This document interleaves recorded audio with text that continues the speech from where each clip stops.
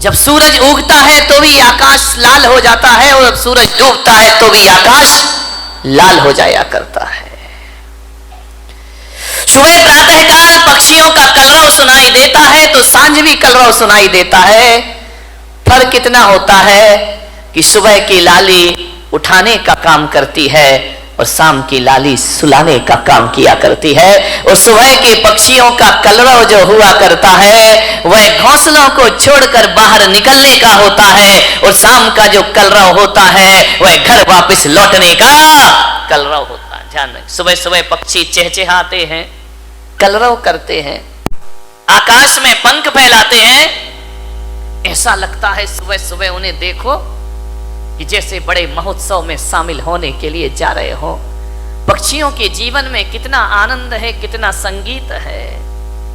पक्षियों के जीवन में प्रातःकाल इतना आनंद हुआ करता है, घोंसले से देखता है आकाश में सूरज आया, उषा काल में पंख फैलाकर आकाश में उड़ जाया करता है, मुक्त आकाश का आनंद लिया करता है। कभी देखना जब हवा का झोंका आता है तो एक वृक्ष कितनी मस्ती में झूमा करता है, कितने आनंद में आनंदित हुआ करता है। देखना कभी जिंदगी में विचार करना, नारियल का पेड़ अपनी मस्ती में झूमा करता है और गुलाब का पौधा अपनी मस्ती में झूम। कितना आनंद है इन वृक्षों में, इन पेड़ पौधों में। कभी देखना पहाड़ से गिरते हुए झरने को, उसके पानी में संगीत है, एक गीत है, एक सुर है। बड़े संगीत के साथ पानी झरना बनकर के धरती पर गिरा करता है, बड़ा आनंद है। कल कल निनाद करती नदी को देखना, कितना आनंद है उस नदी में। अपनी मस्ती में रहती है, अपनी मौज में रहा करती है। चिड़िया आनंदित है, पशु पक्षी आनंदित है। एक गाय का बछड़ा जब दौड़ करके रंभाता हुआ मां के पास आता है, इतना आनंद उस बछड़े में हुआ करता है। मान्यवर, मैं आपसे निवेदन करने जा रहा हूं कि पेड़ पौधे आनंदित हैं, नदी आनंदित है, तालाब आनंदित है, झरने आनंदित हैं। कितना आनंद है इस संसार में, सुख ही सुख है मेरे भाई। विचार करिए आप, प्रकृति का कण कण आनंद में जी रहा है। आसमान आनंदित है, जब रात होती है ना तो हजारों सितारों को आसमान लेकर धरती पर अपना सौंदर्य का रूप दिखाया करता है। आकाश में चंद्रमा चमका करता है। ध्यान रखिए, ज्यों ज्यों रात गहरी होती है आकाश का सौंदर्य बढ़ते चला जाता है, बढ़ते चला जाता है। आकाश आनंदित है, धरती आनंदित है, नदियां आनंदित है, पेड़ पौधे आनंद में जी रहे हैं, पशु पक्षियों के जीवन में आनंद है। अफसोस है आदमी के चेहरे पर आनंद दिखाई नहीं दिया। आदमी क्यों निराश है, आदमी क्यों उदास है, आदमी को ऐसा क्या हो गया है? एक चींटी भी जीना चाहती है, एक नासमझ जानवर भी जीना चाहता है, पर आदमी को क्या हो गया? ये मरने के षड्यंत्र रचा करता है, ये मरने की तैयारी किया करता है। आज तक किसी जानवर के मुख से ना सुना होगा कि हे भगवान हमें उठा ले, लेकिन आदमी के मुख से तो कई बार सुना है कि अब इस जिंदगी को जिया नहीं जाता, हे भगवान मुझे इस जीवन से उठा ले, इस जीवन से मुक्ति दे दे। क्या घट जाता है हमारे जीवन में ऐसा? आदमी मृत्यु के षड्यंत्र क्यों रचता है? ये आदमी अपनी ही हत्या करने के लिए तैयार क्यों है?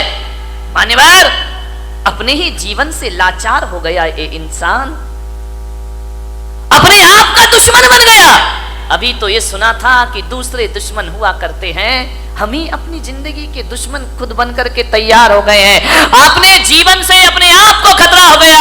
कभी आपने सुना किसी भैंस ने आत्महत्या की हो? सुना? कभी विचार किया है? कभी आपको अखबार में पढ़ने को मिला है कि आज एक भैंस ने गुस्से में आके आत्महत्या कर ली है? कोई जानवर आत्महत्या नहीं करता है। किसी भी जानवर को समय से पहले मौत को बुलाते हुए आपने ना देखा होगा।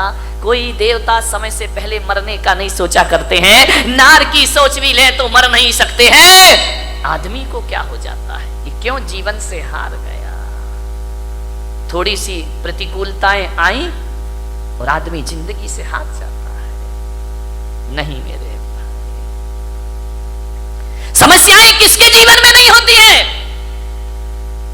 राम के जीवन में समस्या थी, महावीर के जीवन में समस्या थी, कृष्ण के जीवन में समस्याएं थी, जीसस के जीवन में समस्याएं थी, आचार्य शांति सागर के जीवन में समस्याएं थी, आचार्य कुंद कुंद के जीवन में समस्याएं थी।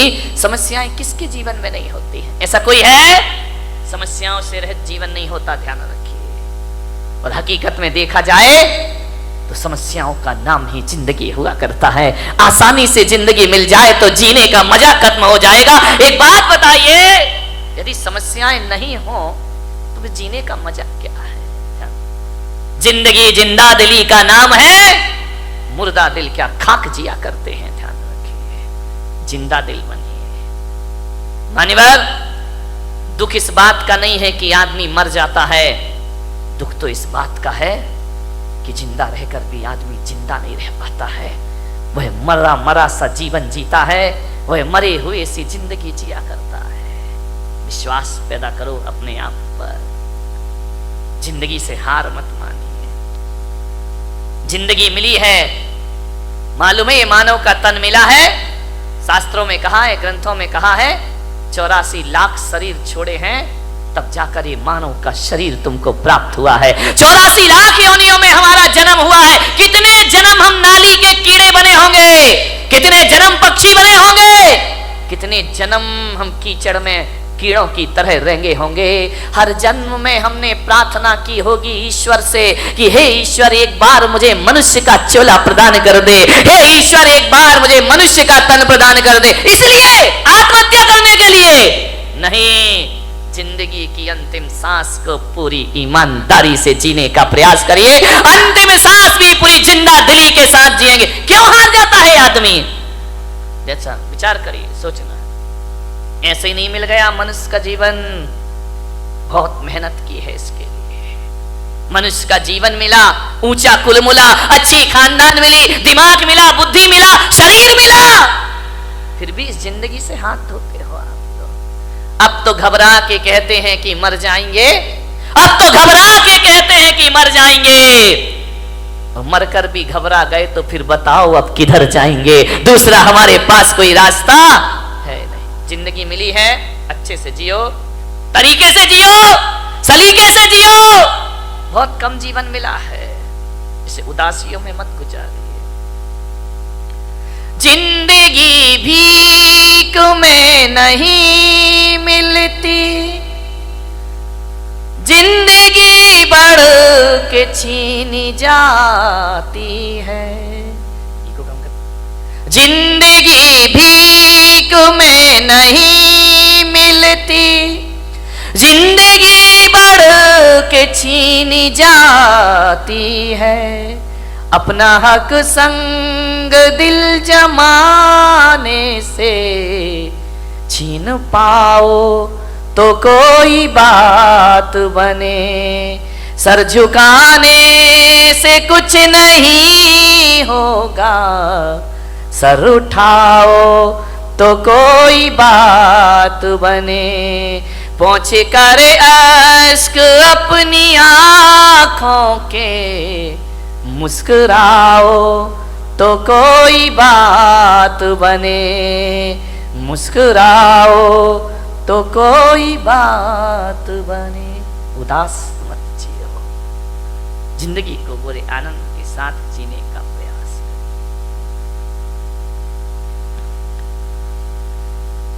विपत्तियां, संकट, दुख किसके जीवन में नहीं आते? सबके जीवन में आते हैं। मुश्किलें आती हैं, परेशानियां आती हैं, विपरीत वातावरण बनता है, लेकिन जीने की आस मत छोड़िए।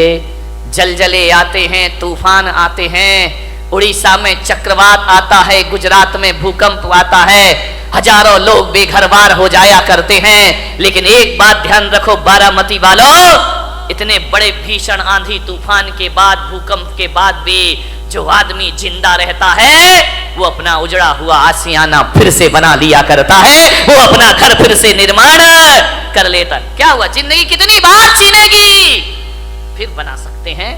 अगर हौसले बुलंद हो तो आंधियों में चिराग जला करते हैं। ध्यान रखिए, आज समस्या है बहुत बड़ी, आदमी अपने जीवन का दुश्मन हो गया है, अपनी ही जिंदगी का दुश्मन हो गया ये इंसान।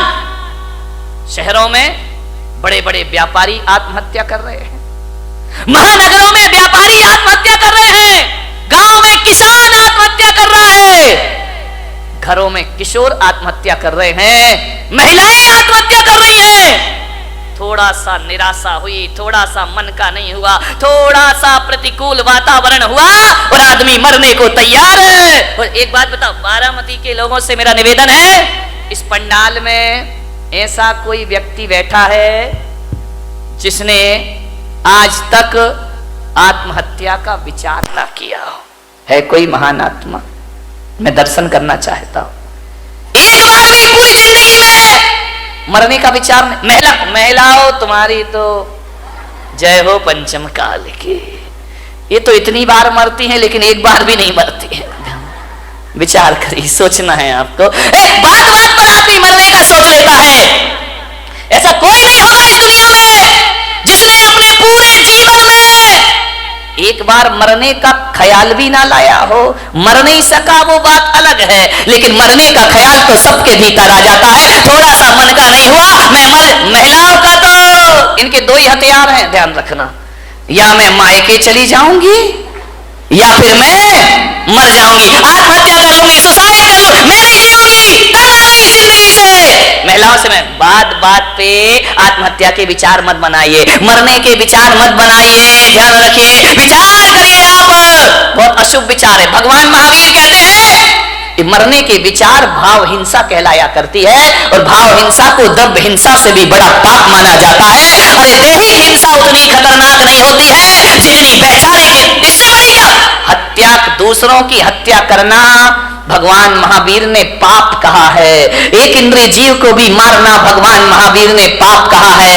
अरे एक बात याद रखना, मेरे महावीर कहा करते हैं, अरे दूसरों की हत्या करना पाप है लेकिन अपने आप की हत्या करना महापाप हुआ करता है। इससे बड़ा दूसरा कोई पाप, दूसरों की हत्या करना तो पाप ही है, अपनी करना महापाप हुआ करता है। इसलिए भगवान महावीर ने एक प्यारा सा सूत्र दिया है। भगवान महावीर ने 4 शब्द इस इंसान को दिए हैं। अरे वो 4 शब्द नहीं, 4 वेद हुआ करते हैं, वो 4 आर्य सत्य हुआ करते हैं, वो महावीर के 4 शब्द। ध्यान रखना, इनसे बड़ा ना कोई आगम होता है, ना शास्त्र होता है, ना पुराण होता है। महावीर ने इस दुनिया को केवल 4 शब्द दिए हैं। महावीर ने इतना ही कहा है, इस मानव जीवन को सफल करना है तो 4 सत्य में जियो। वो 4 सत्य हैं, वो 4 वेद हैं, वो चारों धाम की यात्रा है। वो 4 शब्द इस धरती को दिए, जियो और जीने दो। इससे बड़ा कोई धर्म ग्रंथ नहीं हुआ करता है, इससे बड़ा कोई शास्त्र नहीं हुआ करता है, इससे बड़ा कोई आगम नहीं हुआ करता है। न वेद है, न पुराण है, न कुरान है। 4 शब्द में उन्होंने अपनी पूरी देशना को समाहित कर दिया। 4 शब्द में पूरे दर्शन को रख दिया भगवान महावीर ने। ऐसे दार्शनिक हुए, उन्हें ज्यादा बोलने की जरूरत नहीं पड़ी। भगवान महावीर से पूछा गया कि आप बताइए एक सेंटेंस में धर्म का सार क्या है, तो महावीर ने कहा जियो और जीने दो। सारी दुनिया समा गई, सारे ग्रंथ समा गए इसमें। ध्यान रखना, 11 अंग 14 पूर्व का सार समाया है।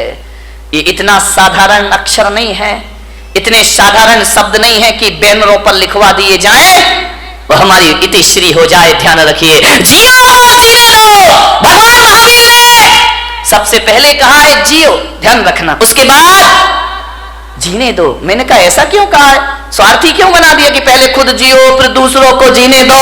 तो महावीर ने कहा ये स्वार्थ नहीं, ये परमार्थ हुआ करता है। अरे जो आदमी खुद जीना नहीं जानता है वो दूसरों को जीवन दान कहां से दे सकता है? पहले खुद जियो, कैसे जीना है? जब खुद ही नहीं जियोगे तो जीने दो कहां से आ जाएगा जीवन में? ध्यान रखिए, बहुत बड़ा शब्द है ये भगवान महावीर का। धर्मनिरपेक्ष है, सार्वजनिक है, यूनिवर्सल है। हिंदू हो, मुसलमान हो, सिख हो, ईसाई हो।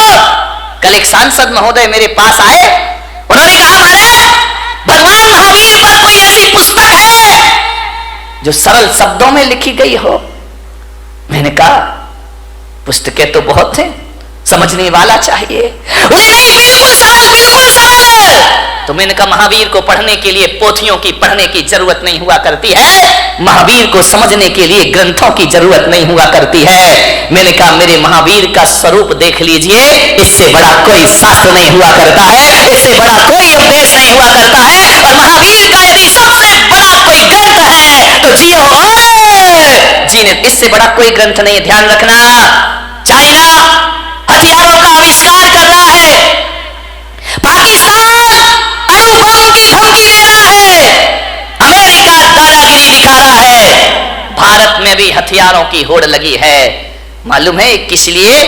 कि अमन चैन की स्थापना हो। लेकिन इन्हें कौन समझाए? मैं पुलक सागर कहता हूं कि विश्व में अमन चैन जब भी आएगा, आज नहीं तो कल, कल नहीं तो परसों, सारी दुनिया को महावीर के झंडे के नीचे आना ही पड़ेगा, महावीर के सिद्धांतों को अपनाना ही पड़ेगा, महावीर के